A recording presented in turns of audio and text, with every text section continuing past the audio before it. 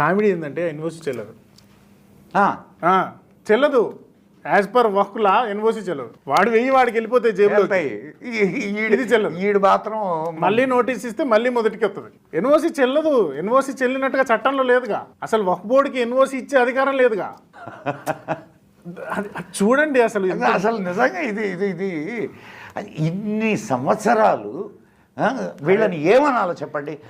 నేను వాళ్ళని ఏమన్నా 10 సంవత్సరాలకి బీజేపీనే అంటాను నేను. ఇది ఫస్ట్లో చేయాల్సిన పని అండి. ఇది ఇప్పటిదాకా తెచ్చారు. ఇప్పుడు మళ్ళీ ఇప్పుడు సిఏ ఎన్ఆర్సీ గురించి గొడవ పెట్టినట్టుగా దీని గురించి గొడవలు పెట్టడానికి ఇంటర్నల్గా వీళ్ళు ప్రిపేర్ అవుతున్నారు. దాన్ని ఎదుర్కొనేటటువంటి శక్తి గవర్నమెంట్ దగ్గర లేదు, మన హిందువుల దగ్గర ఆ చైతన్యము లేదు.